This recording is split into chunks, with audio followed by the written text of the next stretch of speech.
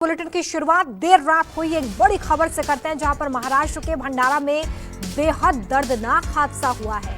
एक हॉस्पिटल में आग लगने की वजह से 10 बच्चों की जलकर मौत हो गई है। सभी नवजात बच्चों की उम्र 1 से 3 साल के बीच में बताई जा रही है। महाराष्ट्र के भंडारा के सरकारी अस्पताल में बच्चों के वार्ड में बीती रात 2 बजे आग लगी है और आग में 10 नवजात बच्चों की जिंदा जलकर मौत हो गई है। इन बच्चों की उम्र 1 दिन से लेकर 3 महीने तक बताई जा रही है। जिन बच्चों ने अभी ठीक से जिंदगी को देखा भी नहीं था, एक बड़ी लापरवाही की भेंट चढ़ गए हैं। 7 बच्चों को हालांकि रेस्क्यू किया गया है, बचाया गया है।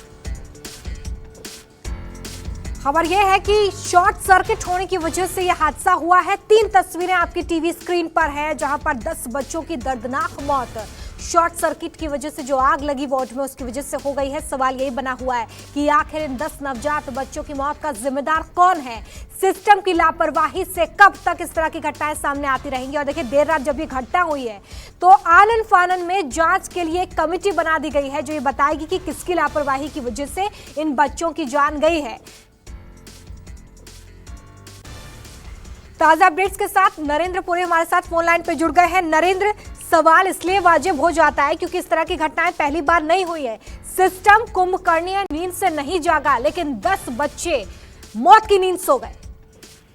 बिल्कुल रोमिता जी, इससे बड़ी लापरवाही की चरम सीमा क्या होगी कि नवजात बच्चे जिनका ख्याल रखना अस्पताल प्रशासन की जिम्मेदारी है, लेकिन सरकारी अस्पताल की यहाँ कहीं ना कहीं पोल खुली है। गरीब तबके के लोग जहाँ इलाज कराने आते हैं, क्या वहाँ इतनी अनदेखी लाजमी है।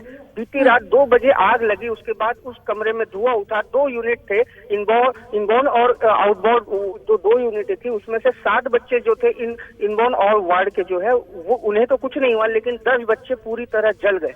बीती रात को समिति भी बना दी गई, आधी रात को इसकी जांच समिति बना दी गई और अब जो खुलासा हुआ है कि शॉर्ट सर्किट के चलते आग लगी है। लेकिन जब आग लगी उस समय प्रशासन कहाँ था, अस्पताल के कर्मचारी, डॉक्टर्स और अधिकारी कहाँ थे, ये सबसे बड़ा सवाल है।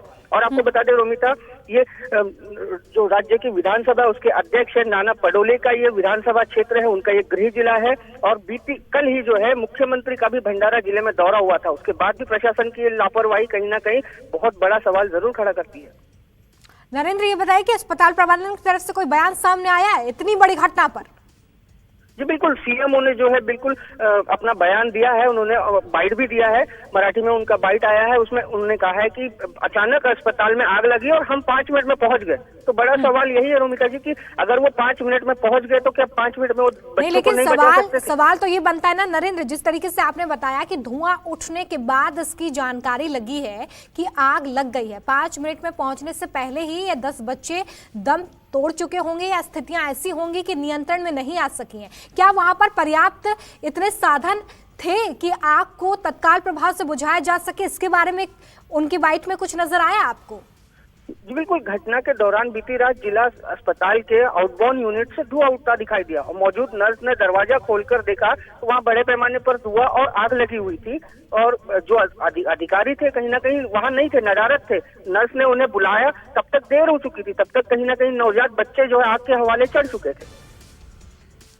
बिल्कुल, ये बड़ा हादसा देखिए महाराष्ट्र के भंडारा में हुआ है। नरेंद्र जानकारी दे रहे हैं कि किस तरीके से यहाँ पर एक बड़ी लापरवाही हुई है। सीएमओ का कहना है कि वो 5 मिनट के अंदर, घटना की जानकारी मिलने के 5 मिनट के बाद वो वहां पर पहुंच गए थे। लेकिन अंदाजा लगाया जा सकता है कि अगर समय रहते यहाँ पर स्थितियों को कंट्रोल करने की कोशिश होती तो इन बच्चों की जान बचाई जा सकती थी। सिर्फ 7 बच्चे बच पाए हैं, 10 बच्चों की जान चली गई है। उमेश हमारे साथ मुंबई से एक बार फिर से लाइव जुड़ चुके हैं। सीधे उमेश का हम रुख कर लेते हैं। उमेश, वो 10 बच्चे जिन्होंने अभी ठीक ढंग से जिंदगी का मुंह देखा तक नहीं था, एक बड़ी लापरवाही की भेंट चढ़ गए। जी उमेश जी, सही कहा आपने। ये जैसा कि हमने बात की, जी काफ़ी दुखद घटना है। जैसा कि हमें जानकारी मिल रही है, वहाँ पर जब आग लगी, जब थोड़ी धुएं की लपटें बाहर आई, जो धुआं माहौल हुआ वहाँ पर वार्ड में, तो एक नर्स अंदर गई, जिसके बाद उसने देखा कि वहाँ पर आग लगी हुई। तो यहाँ पर ही सबसे बड़ा सवाल यहाँ से शुरू हो जाता है कि जब वहाँ पर आग की लपटें निकली या जब धुआं निकला, जब अगर कहा जाए कोई शॉर्ट सर्किट हुआ है या कोई ऐसी आशंका हुई है तो वार्ड में उस वक्त क्यों कोई नहीं था, या कोई कर्मचारी क्यों नहीं थे, या नर्सेस या वहाँ की देखभाल करने वाले लोग क्यों नहीं थे। तो सवालों का जो दायरा है लगातार बढ़ता जा रहा है, क्योंकि ये 10 नवजात बच्चे हैं जिन्होंने अभी तक सही से इस दुनिया में कदम नहीं रखा था। जो छोटे बच्चे हैं उनके वो कहा जाए आग की लपटों का शिकार हो गए। तो ये काफ़ी बेहद दुखद घटना है और कहीं ना कहीं अस्पताल पर काफ़ी सवाल उठाता है। वहाँ के जो अधिकारी हैं, वहाँ के जो प्रशासन के लोग हैं, उन पर कई सवाल उठाता है कि इतनी बड़ी लापरवाही कैसे हो गई। और वहाँ के जो लोग हैं, जो जाके वहाँ के नर्सेस हैं, वहाँ के अधिकारी हैं, तमाम जो लोग हैं उनसे भी कहा जाए जांच की जाएगी और क्या इसकी क्या वजह है लगातार उसकी जानने की कोशिश की जा रही। जी उमेश, ये बताइए कि 6 घंटे का वक्त बीत चुका है इस पूरी घटना को हुए, किसी की प्रतिक्रिया सामने आई है? कोई जिम्मेदारी बताने के लिए तैयार नजर आया है कि किसकी गलती है, क्या कौन जिम्मेदार है इसके लिए?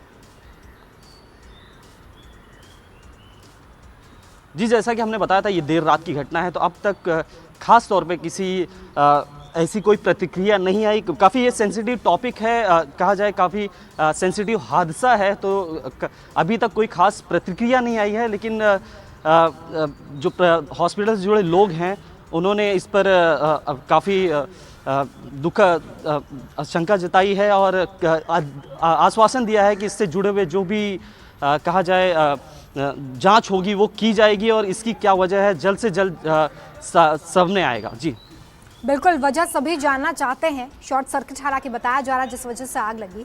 उमेश, इस तरह की घटनाएं जी आम होती जा रही हैं और एग्जाम्पल सेट नहीं होता, जिस वजह से ये रिपीट भी होती हैं।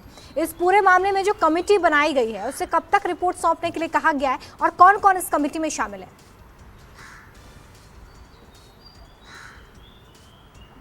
जी, आमतौर पे देखा जाता है जब ऐसी कोई कहा जाए ऐसे अस्पताल होते हैं या फिर ऐसे कोई जहाँ पर ऐसे कई लोग होते हैं, वहाँ पर एक कमेटी होती है या फिर कहा जाए एक बैकअप एक टीम होती है जो कि इसकी पूरी देखभाल करती है, पूरी तरह इसे समझा परखा जाता है। इसकी कहा जाए चारों तरफ से हर तरह के ऐसी सिचुएशंस को हैंडल करने की लगातार कोशिश में जो लोग जुड़े होते हैं, तो ऐसी टीम की कमेटी का गठन किया। इसमें कई लोग शामिल हैं। खैर अब तक सारी बातें सामने नहीं आई है, इस पर अपडेट आना काफ़ी बाकी है। जी उमेश, ये भी बताइए कि क्या इस अस्पताल से ये इस तरह की पहली घटना है या लापरवाहियों का अंबार इस अस्पताल में इससे पहले भी देखने के लिए मिला है?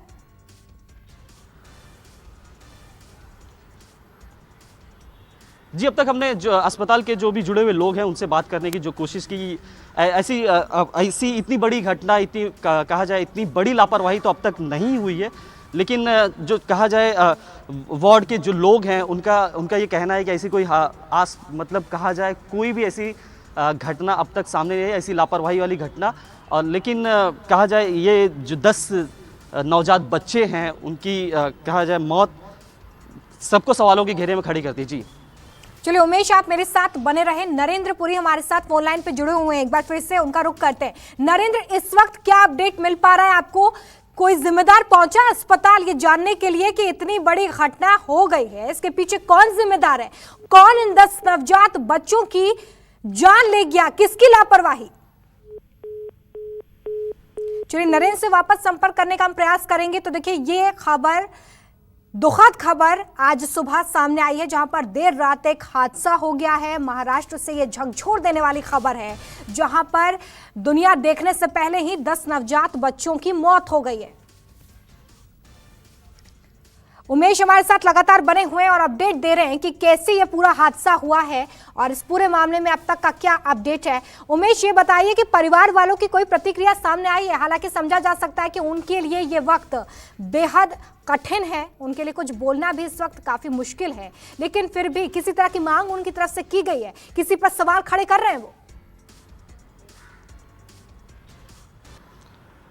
जी, काफ़ी कहा जाए काफ़ी दुखद माहौल है। तो परिवार वालों से हमने कहा जाए बात करने की कोशिश की, उनकी प्रतिक्रिया लेने तक की कोशिश की, लेकिन उन्होंने हमसे अब तक बात नहीं की है। वो कहा जाए एक गम का माहौल, एक दर्द का माहौल है वहाँ।